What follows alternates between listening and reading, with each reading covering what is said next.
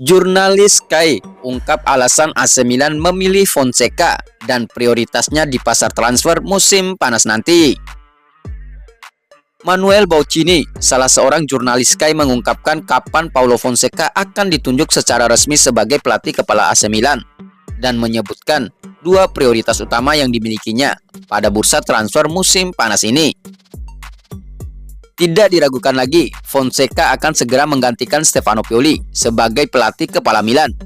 Pengumuman resminya tinggal menunggu waktu saja. Dalam siaran Sky tadi malam, Baucini memaparkan kerangka waktu di mana pengumuman resmi tersebut diharapkan terjadi. Pengumuman resmi Fonseca seharusnya dilakukan pada awal minggu depan, antara tanggal 3 dan 4 Juni. Kami menunggu semuanya hitam putih, juga pada tingkat komunikasi kepada pers dan penggemar, ujarnya. Fonseca akan menandatangani kontrak selama 3 tahun atau 2 tahun dengan opsi tahun ketiga. Baucini juga menjelaskan dua prioritas utama AC Milan di bursa transfer musim panas ini, yang akan sangat dipengaruhi oleh manajer baru. Strateginya ada dua prioritas mercato, yakni striker starter. Bagi Milan, ini adalah pilihan tersulit di musim panas Milan, yang paling rumit bersamaan dengan pilihan pelatih. Kontak telah dilakukan dengan beberapa penyerang potensial seperti Zirkzee, Benjamin Sesko, Jonathan David, dan Gimenez. Milan harus memutuskan siapa yang akan dikejar lebih lanjut. Prioritas lainnya adalah mengubah tipe bek kanan yang tersedia. Fonseca menginginkan pemain dengan karakteristik berbeda dari yang menjadi bek kanan Milan dalam beberapa tahun terakhir, yakni Kapten Calabria, jelas Baucini. Dalam pendekatan taktisnya, kedua bek sayap harus mampu menyerang. Terakhir, Baucini menegaskan alasan taktis dan manusiawi yang membuat manajemen klub memilih Fonseca dibandingkan nama-nama besar lainnya seperti Antonio Conte dan Roberto De Zerbi. AC Milan memilih Fonseca karena dia menggunakan modul yang sangat sistematis, seperti yang digunakan oleh Pioli. 4-2-3-1 adalah formasi dasarnya dengan perubahan seiring berjalannya waktu dari klasik 4-3-3 ke formasi lainnya. Il Diavolo tidak perlu melakukan revolusi besar dalam hal metodologi kerja, karena Fonseca adalah pekerja keras yang memiliki kebijaksanaan dan sinergi yang baik dengan kelompoknya, mirip dengan Pioli. Dengan penunjukan Fonseca yang semakin dekat, AC Milan bersiap memasuki era baru dengan harapan dapat meraih sukses lebih besar di bawah kepemimpinan manajer asal Portugal tersebut.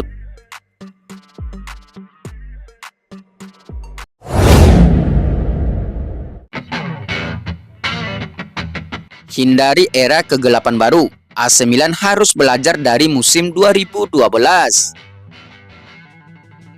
AC Milan sedang memasuki fase transisi yang signifikan dengan perpisahan beberapa pemain kunci dan pemimpin dalam skuadnya. Selain Simon Kjær dan Oliver Giroud, beberapa rumor menyebutkan bahwa pemain bintang seperti Mike Maignan, Theo Hernandez, dan Rafael Leao juga mungkin akan meninggalkan klub. Situasi ini menimbulkan tantangan besar bagi manajemen dan pelatih kepala baru dalam mempertahankan stabilitas tim. Simon Kjær dan Oliver Giroud telah menjadi figur penting di Milanello, memberikan pengaruh positif kepada pemain muda yang baru bergabung dengan klub.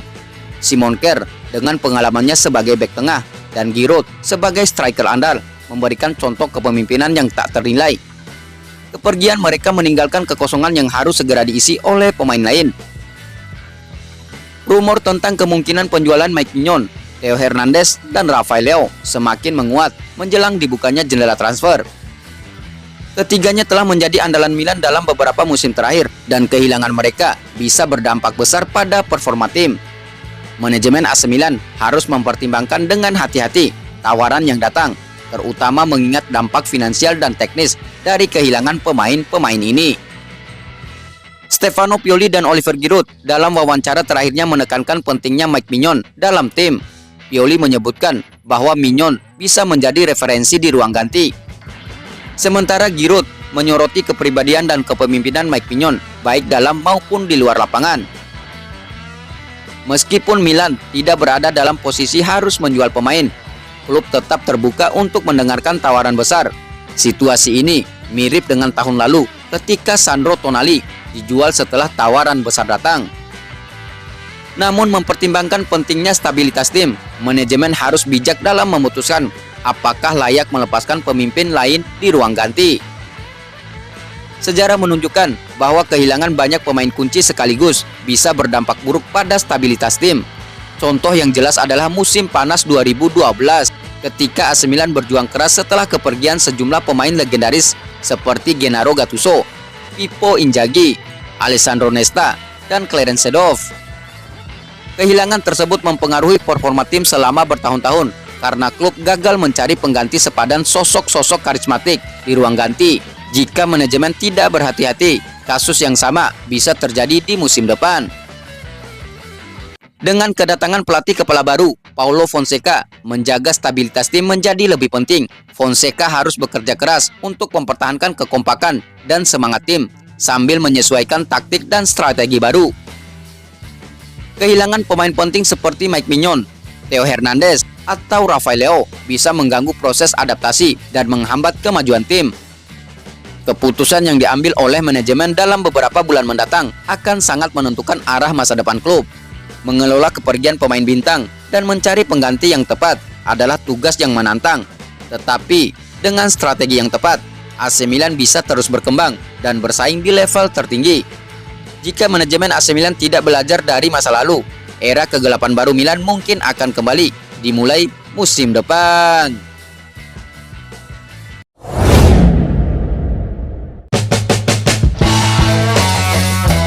Di Margio, Rafael Leao bertahan, Theo Hernandez hengkang. Jendela transfer musim panas AC Milan akan menjadi proses yang kompleks dan melibatkan dua sisi. Di satu sisi, manajemen klub akan berusaha memperkuat skuad dengan merekrut pemain baru. Di sisi lain, mereka harus mempertimbangkan tawaran yang datang untuk pemain bintangnya. Meskipun posisi keuangan Milan cukup stabil sehingga klub tidak harus menjual pemain seperti yang terjadi dengan Sandro Tonali tahun lalu. Klub bersedia mendengarkan dan bahkan mempertimbangkan tawaran besar yang akan datang. Ada spekulasi di Italia dan Prancis bahwa Theo Hernandez mungkin tertarik untuk mencoba tantangan baru setelah 5 tahun bersama AC Milan. Namun ini tentu saja memerlukan tawaran yang sangat besar. Gianluca Di Marzio berbicara tentang kemungkinan Milan menjual pemain. Leao akan bertahan. Saya tidak memiliki tanda-tanda bahwa Leao akan pergi. Sebaliknya, sinyal datang dari Inggris, Jerman, dan Spanyol untuk Theo Hernandez mengenai kemungkinan tawaran yang akan datang. Namun belum ada hal konkret yang sampai di Milan, ujarnya via Radio Rossonera. Theo Hernandez menjadi pemain yang paling rentan di pasar transfer, terutama karena posisinya yang sangat diminati. Ini juga bergantung pada situasi Alphonso Davies di Bayern Munchen. Jika Davies tetap dibayar, kemungkinan Bayern akan kesulitan merekrut Theo. Jika Davies pergi ke Real Madrid, Bayern bisa beralih untuk Theo. Demikian pula Madrid bisa mencoba mendapatkan Theo kembali jika Davies tetap dibayar. Saya pikir inilah situasinya, tambah Di Marzio. Jendela transfer musim panas ini akan menjadi ujian besar bagi manajemen AC Milan dengan mempertahankan pemain bintang dan memperkuat skuad. Klub berharap dapat tetap kompetitif di liga domestik dan Eropa. Namun keputusan-keputusan strategis harus diambil dengan hati-hati untuk memastikan masa depan yang cerah bagi AC Milan.